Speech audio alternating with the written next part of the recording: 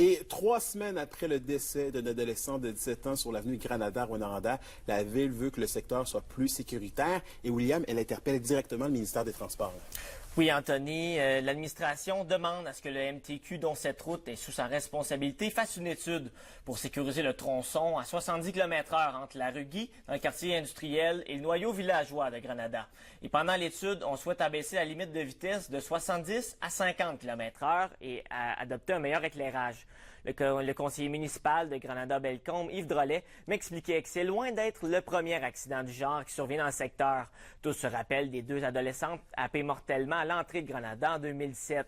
Mais il y a aussi eu d'autres accidents impliquant des piétons au fil des dernières années.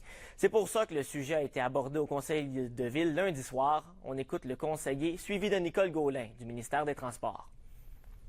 Comme on en est là, je ne peux pas laisser aller ça. Et puis, vous remarquerez que lorsqu'on sort du centre de Rouyn-Noranda pour s'en venir ici, il y a déjà un endroit où c'est serpentant en montagne, avec une courbe.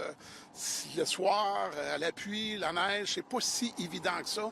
Fait que donc, on prend vraiment le temps de faire le tour. Une baisse de limite de vitesse, c'est toujours suite à une étude que c'est réalisé ou pas, parce que ça peut être refusé aussi, là, une demande comme ça. Fait que tout dépend.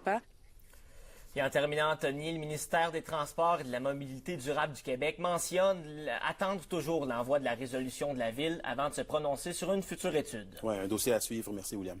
Au plaisir.